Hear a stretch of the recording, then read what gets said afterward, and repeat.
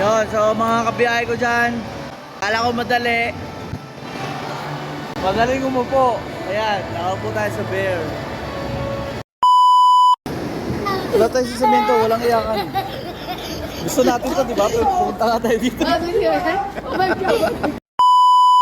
At sa mga gusto nga palang pumunta dito, magre-register kayo, tapos magbabayad, then magsusukat kayo ng shoes. At pagkatapos yung kumuha ng shoes, may nakareding upuan dito sa gitna para pagsuotan ng sapatos. At pagkatapos nyo nga palang magsuot dito, pupunta na kayo sa may locker room para ilagay yung mga gamit ninyo para hindi mawala kasi nga maraming tao dito.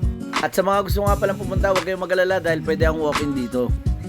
At dahil nga first timer kami, syempre kailangan namin ng safety kaya nagsuot kami ng helmet bawat isa.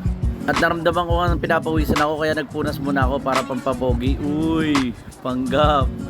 At dahil nga pala panggap ako vlogger, ayan.